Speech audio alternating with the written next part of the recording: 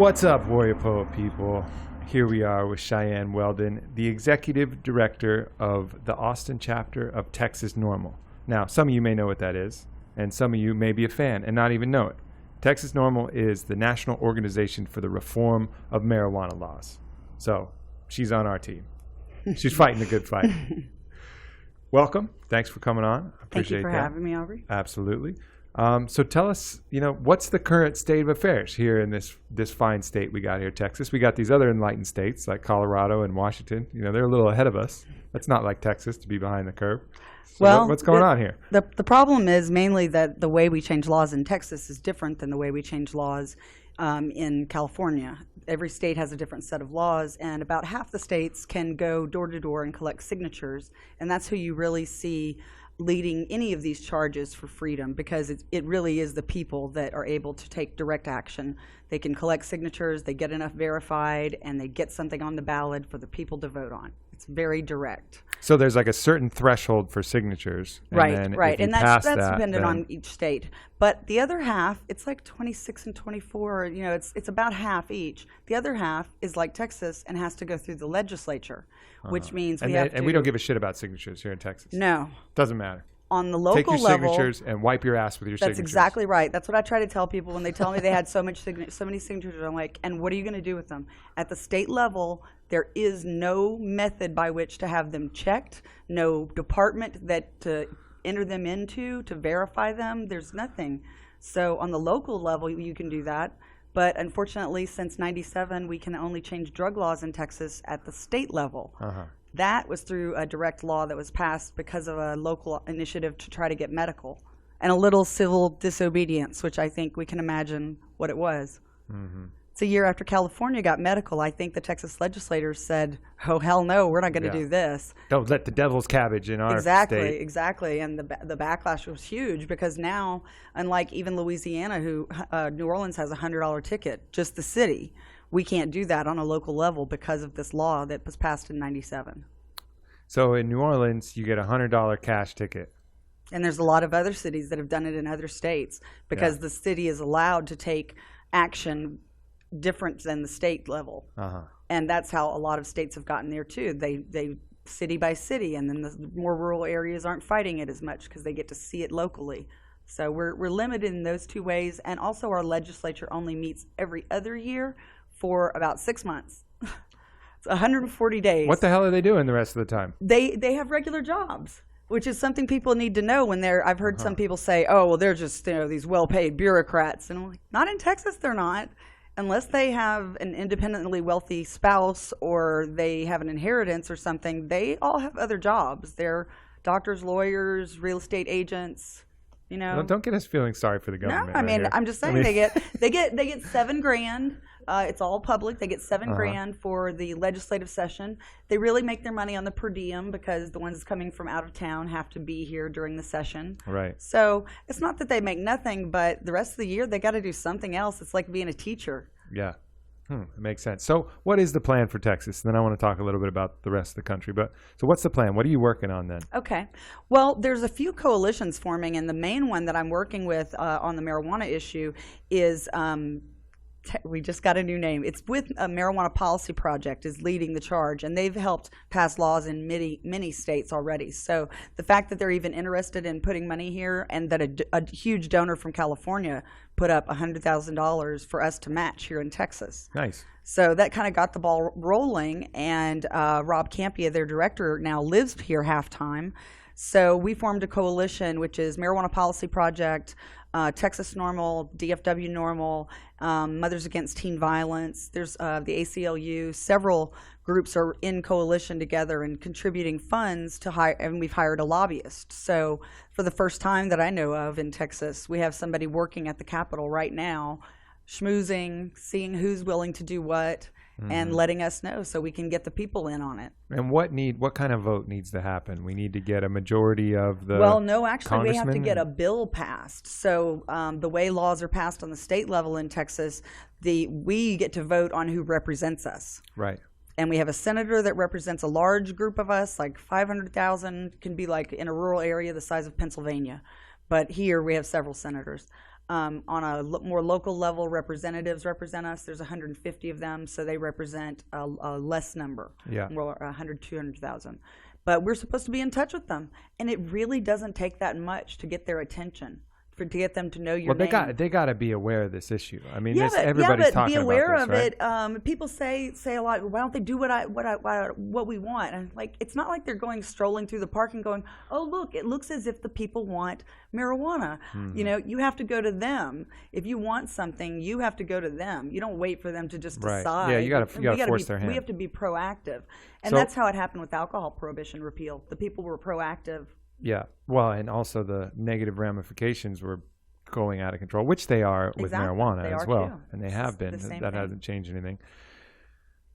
So we got a lobbyist, and you guys got that guy in there working. But we're working on 3 bills. Okay. Well, I should say 6 bills, because what we ideally, in a perfect world, the 2015 session starts, and we have already gotten 6 bills filed in November, which is when you can pre-file them, right? Like a week after elections, they can pre-file bills. Got it. So we want 3 in the House and 3 in the Senate, because if they move forward together, then they get to the governor quicker. It's not likely to happen. That's like ideal. Right. So we'll see how far we can get them. You know, so and the three bills would be civil penalties, lowering penalties on personal possession, medical with real access, never happened in Texas yet, and the other one is taxation and regulation, which would be like legalization. Right. Yeah. So that would be recreational. So three and I different. like to say retail. It's none of their business if I'm having fun or not. Right. Yeah. That implies intent That's when true. you say recreational. So retail sales. So Yeah, retail I like that. market. Yeah. Yeah. So what else can we do to help make some noise? I mean, we got some people on the inside working, but it seems like there would be a way that people could get together and be like, hey, like, listen, pay attention. You know, I guess maybe pay more attention to who we're voting in. Exactly. You know, and demand that they talk about those issues. And they're not all going to come out on this issue. We think it's a big issue because look at who we know. Look who is in your circle of friends and who you relate to. You don't hang out with the people that I've occasionally run into who have never even seen marijuana. Right. Let alone are they thinking we should be doing something Well, for about those it. people, though, you just point to the prison sentences that get reduced. Sure, but we don't interact with them is my point. Right. So when people say everybody wants this, well, we're not interacting with a lot of people that don't. So I think that one of the biggest things we can notice is that when we do polls, at least half the country, anywhere you ask, at least half the country is for this. Now we've got polls up to like 80% of people think it's going to happen, even if they're not for it. But when you ask questions like, do you think your neighbor, your family, your coworker is for it? It's always like 30%. It's low. So people are in the closet. People don't talk about it. But now, you know, we've reached such a level, we're all so in touch and we're all so mobile, and this is actually happening in Colorado. You know, it's not just a hope and a dream anymore. There are retail transactions being made. I made one, a legal transaction last month.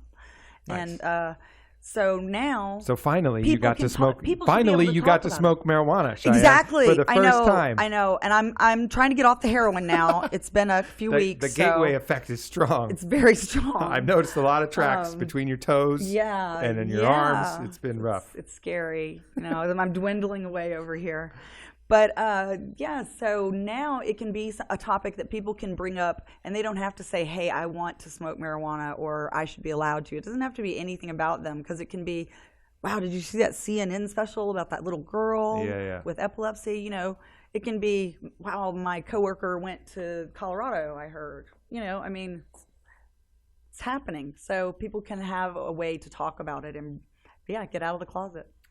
I really think you can relate it to the gender movement and how that moved from people not supporting it. I think it jumped 60% in 10 years or something from people not supporting it to who did, because it went from a perception of the stereotype to, oh, they're just like us. Right. And there was an evolution there that had to happen. At first, guys with pink boas and Speedos all oiled up are totally fine with getting out there and showing themselves. So it's later that the couples that have been together for years and just sit at home and watch TV come out. So do you think it's a bigger issue of this force of resistance from either like a religious or some kind of moral authority that's the biggest problem, or is it just general apathy from regular individuals that's the biggest issue? I really think that the apathy from people who are not active consumers, and some even that are, is more of a problem than the opposition at this point. The real strong opposition it's very weak, really. It doesn't have a lot of movement. It doesn't have a lot of supporters. It doesn't have a lot of organizations. It just has what it has is that is the structure that's in place. Yeah. And when something's in place, it takes initiative to change it. And us getting people that don't even want this for themselves to be involved is a lot more difficult than even getting the ones involved that do want it.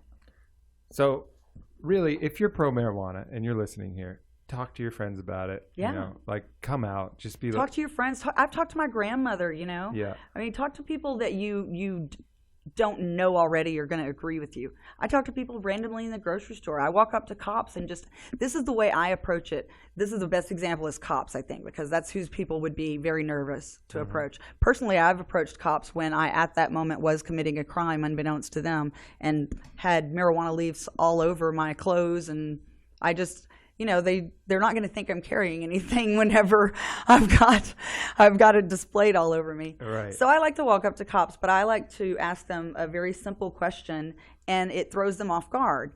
They're very defensive initially, even the nice ones. You say, "Excuse me," you know, obviously when they're not busy. Can I ask you a question? And you're wearing something normal, and they look guarded, and they look like, oh, God. What am I about to be asked about or accused of that I really don't even care about? And so I said, so it looks like, you know, marijuana is getting legalized in some places, and it's probably going to come here. Just, you know, a matter of when. What do you think? And what do they say? Well, first it was like a long pause because they didn't have to defend anything. They didn't have something to spit out to defend themselves because I hadn't asked them. I hadn't accused them of anything. I just said, what do you think? And then there was kind of, like a pause and like a little sigh. And he said, well, one of the two said, well, it's better than alcohol. And then we talked about it a little, you know. He said he's concerned a little bit with some stone driving. And I said, you know, it'll mostly be the newcomers to this, the naive people. And that would be the case whether they got it in a retail market or not. And people need to, that's a matter of education. I said, don't you think that's a matter of education? It says on the bottles of our pills, our prescriptions, don't drive until you know how this affects you. Yeah. That's an education.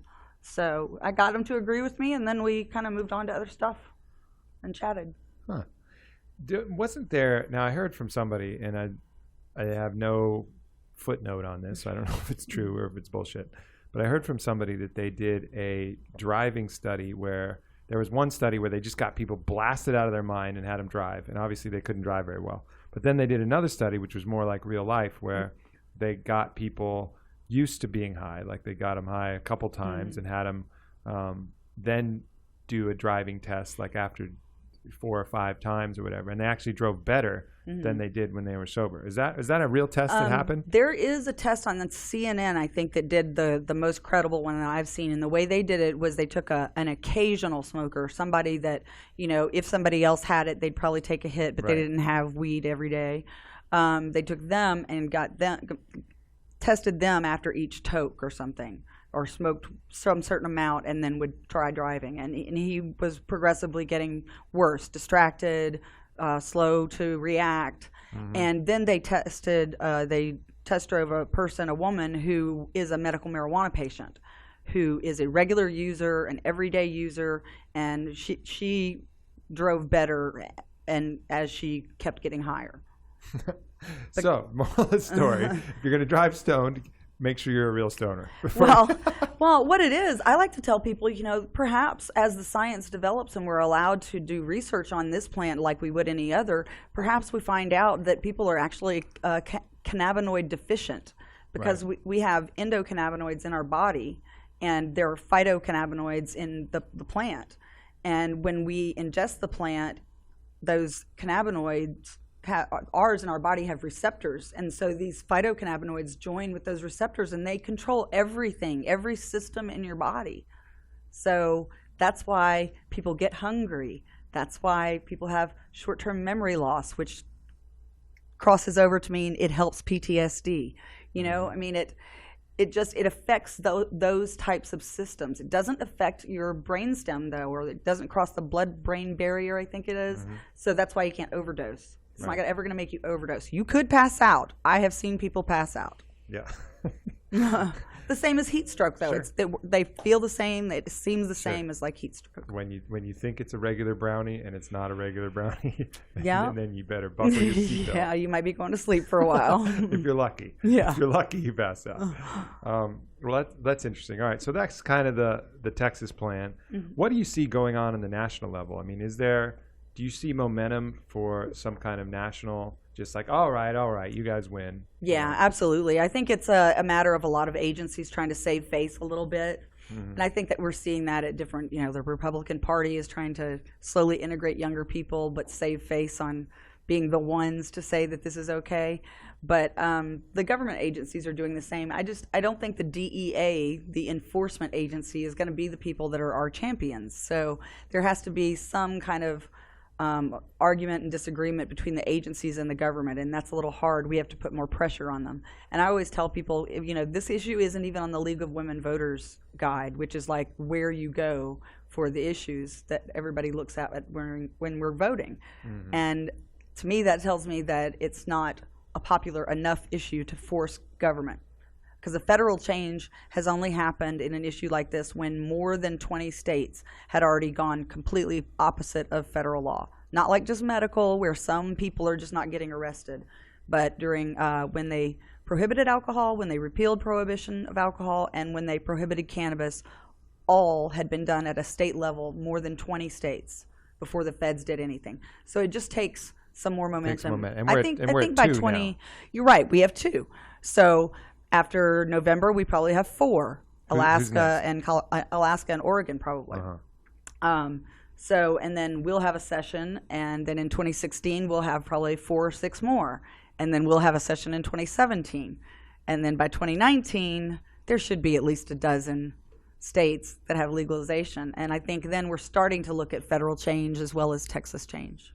You see, the people who adopt early are going to start to reap incredible benefits over the other states. I mean, you see some of these figures coming out of Colorado of the revenue generated, people moving in just for this. Yeah. I mean, I know you're a lot going to of have people. you're going to have these semi-utopian states, and their neighbors are going to be looking around like, harumph. Like this isn't. Hey, this isn't sounds as kind of good, like Austin to me. Yeah.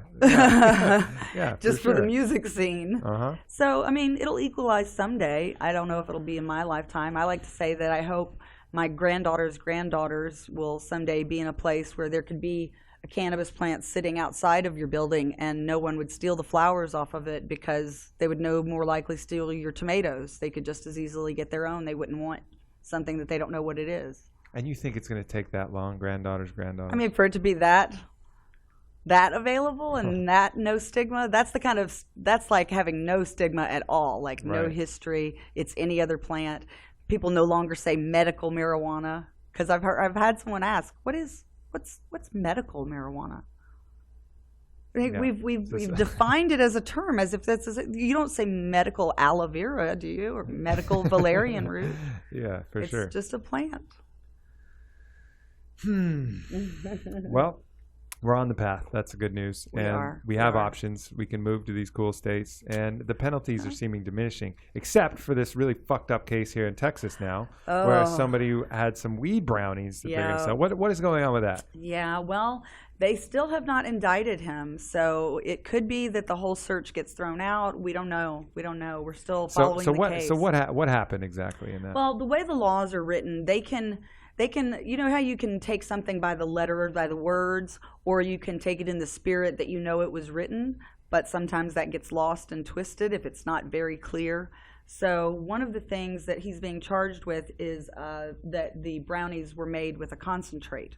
He had purchased or had or allegedly used some type of oil which had cannabis in it. It was an extract or something. So that put any concentrate, any amount of concentrate in Texas is already a state felony, just any amount. So that puts, no matter how much he had, he's in that category. Then there's a law that says any dilutants, adulterants, anything, additives that is in the manufacturing process of the drug that will be consumed can be weighed. So we're talking about they weighed everything. Flour, chocolate, sugar. The container. Everything. The container. Everything. They weighed everything. His so house. You've got, yeah, right. They weighed his table. Do you have some in you? Let's weigh you. His You weigh about fucking 150. spatula. So they take the full weight, which I think was 1 3/4 pounds. They take that weight with the penalty of state felony. I mean, of a concentrate. You know, that much of a concentrate when that any amount was a state felony. So he's looking at 5 to 99. Holy shit. Yeah.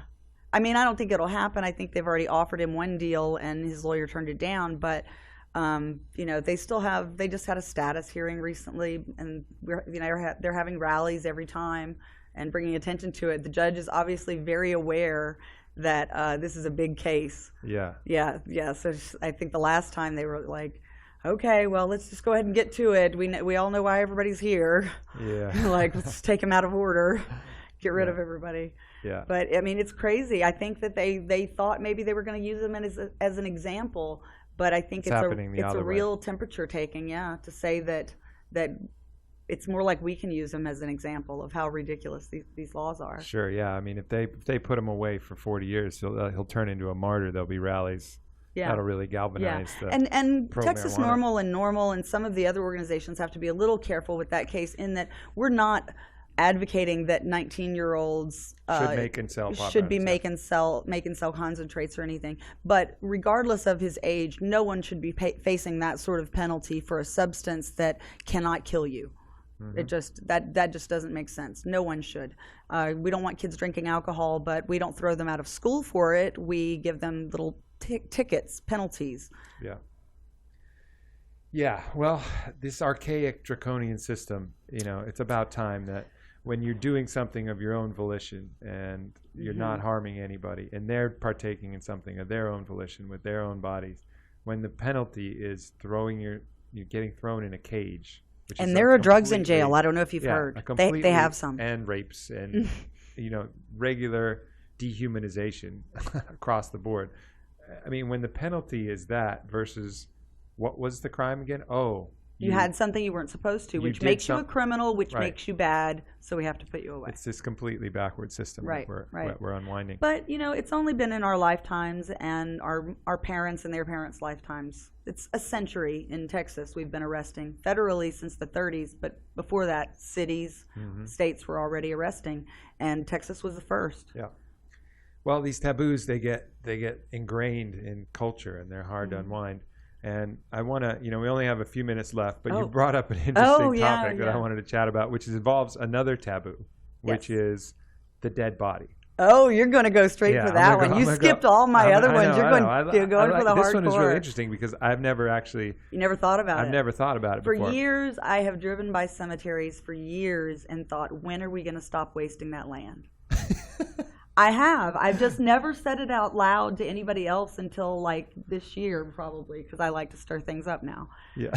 So yeah, I think someday, we're going to be looking at a lack of space for people in livable areas, and wonder why we're having these areas to just dwell on the dead. Mm-hmm. I don't want anybody to dwell on me in a over my decomposing body. I mean, plant a tree that you name after me, or like buy a star that you're going to look at, or something. Cremate me and throw it in the wind or the ocean. It's this really funny. It's this really funny relationship that we have with death. We really shelter ourselves with it, and then we consider the body as still some. Of course, you want to respect that as the shell. But it's pretty much if like a fucking hermit crab leaves his shell. Exactly. And it's like, okay, there's a shell. Yeah.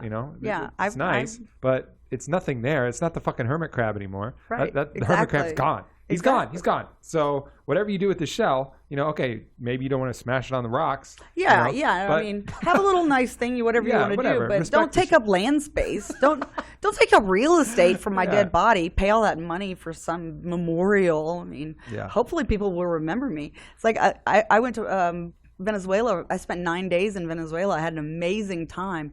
On the last day, I went, oh, damn, I haven't taken any pictures. You know what? I remember that trip vividly. I don't need pictures. Right. I don't even need the few little souvenirs that I brought home. I honestly wish they'd break just because I don't like having crap anymore. But yeah, I hope people can remember without that. And the whole act of the the whole burial system where It's morbid. it's I mean, I think in at least in New Orleans they got it a little better, you know, where they got They go down the street, playing, music, they go yeah. and dance. I mean, Yeah, that's a lot more out. I mean, yeah, celebrate what I stood for in life. Exactly. Not I want the mourn minor loss of mishap it. marching band and Clyde and Clem's Yeah. Whiskey Business playing at my funeral. Fuck Like, yeah. It's like I this think big, a parade is a great idea. it's this big ego trip to say, when I die, I want the world to cry and mourn who me all's forever. gonna be there? And, Yeah, fuck it. yeah, people are very centered on themselves, though. I mean, I'm not that worried about it. Yeah. And then there's a whole other group of people who are imagining, you know, they don't want to get buried because like, oh man, I'm so claustrophobic. I want to get buried. Motherfucker, you're dead. You're dead. You're dead. You're dead. You're dead. You're gone. Right. Like you're not going to be claustrophobic. I promise. You know, Yeah. it's this weird thing we have with death where we don't want to, in some regards, we don't want to acknowledge the fact that there is an eternal, you know, anything that goes on. But yet at the same time, we're still attached to the fact that there is a body that has somehow some awareness or something like that. So It's I just a kind of fucking like body. to bring it up sometimes, you know, like in my board when I try to insist with them that things are important that they listen to. I'll go, okay, if I die, this is blah blah blah, you know, and they'll all kind of laugh, and I'm like, I'm serious though, really, like it could happen. People Totally. die every People die. day. Yeah. I had to write out like a quick will before I went to Peru. I don't know what the fuck is Right, gonna happen. I'm going to the right. jungle. There's snakes and shit down there. Yeah, I don't know. I I, mean, anything could almost happen. diarrheaed myself to death on the way back. You know, bad shit happens. I thought that was the mean, reasons you guys went to Peru. People don't usually die of dysentery anymore, but I was fucking close. I lost like 20 pounds. No, I wasn't Oh, really God. close. But you know, I mean, yeah, it's a part of existence. Yeah. You know, and it's Well, this before weird we ever taboo. get to that, I think we're going to see legalized prostitution, which I Oh yeah. and over-the-counter birth control for girls and more So that's options another- for so that's boys. another- These are my other topics. If your listeners want to hear more about that, then Fuck yeah, let's talk about it real quick. then next time I'll talk about those Oh, things yeah. if you want. We Whenever could- you we want to could cut prob- me off. We could probably have it. No more male circumcision. Let's do all that free So stuff. we got male circumcision, we got legalization of prostitution, and we got over-the-counter birth control. Over-the-counter birth control and more birth control options for men. We got a plethora for women. Yeah, Just- what is that? Wait, yeah. I'm too curious. I can't let you go without What? talking about birth What? control options for men, because pretty much there's a What? condom. Why don't y'all have a pill? Yeah, why don't we have a pill? Exactly. Yeah, It's like What's going on? from before people even have sex, it sets the man's mentality up that this is all the woman's responsibility. I have two options: this piece of plastic I can put on and we hope it works, or surgery. Sorry, go to the doctor, lady. So is that even possible? I mean, I think it's possible. I mean, they came up with a pill for us like 50, 60 years ago. yeah. I mean, but we went to but the since damn that- but the moon s- before I was But those born. sperm ovens are relentless. You know what most guys Sperm say to ovens me? can't be I either stopped. get guys who I think actually get to have sex sometimes will say, I'd take a pill. And then a lot of idiots say to me stuff like about hormones, like they're against it because of hormones. Like, excuse me, those women that are willing to participate in having sex with you and are on birth control, what do you think those are? Yeah, it's Those manipulating are hormones. But hormone manipulation wouldn't work for men, though. It would have to be some other mechanism. I don't know. I don't know, but there's a saying. Scientists. There's a saying Scientists. that Pay attention, scientists. that it makes more sense to take the bullets out of the gun than to hold up a shield and fire at it.